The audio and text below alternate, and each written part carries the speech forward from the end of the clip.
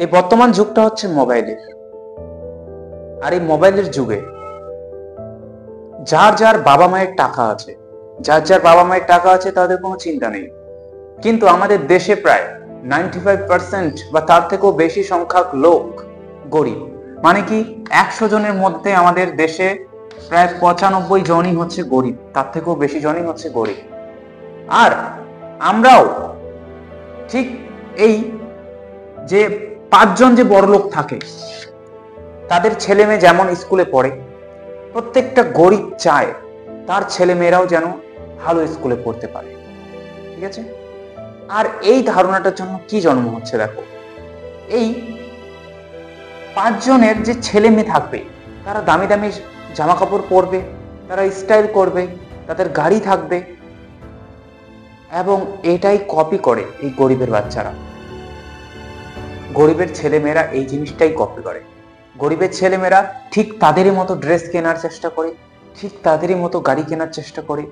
এর ফলে কি হয়, যার আগে থেকে খাওয়ার ভালো মতো টাকা নেই, যার বাবা যদি কয়দিন কাজ না করে, যার সংসার চলে না, তাদের মনেও একটা স্বপ্ন আসে, স্বপ্ন জাগে আমিও তাদের মতো হব। কেননা তারাও স্কুল পড়ে, হ্যাঁ তারা একটু দামি স্কুল পড়ে, আমি একটু কম দামি স্কুল পড়ি, আমি সরকারি স্কুলে পড়ি। কিন্তু প্রত্যেকটা বাচ্চা এখন সেই দিকেই ছুটছে।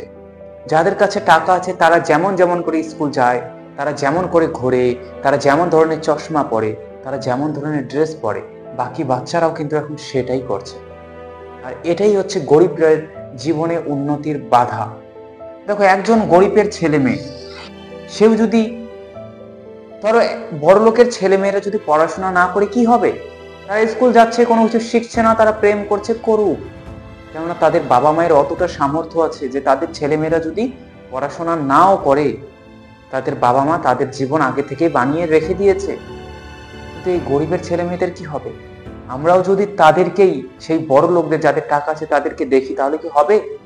কেননা তারা তো তাদের ছেলে মেয়েদের জন্য করে গিয়ে চলে যাবে। কিন্তু আমাদের ছেলে মেয়েদের কি হবে, মানে আমাদের কি হবে? আমাদের প্রত্যেকটা বাচ্চার, তোমরা যারা যারা ছাত্র আছো, তোমাদের জন্যই এই ভিডিওটা সবথেকে গুরুত্বপূর্ণ।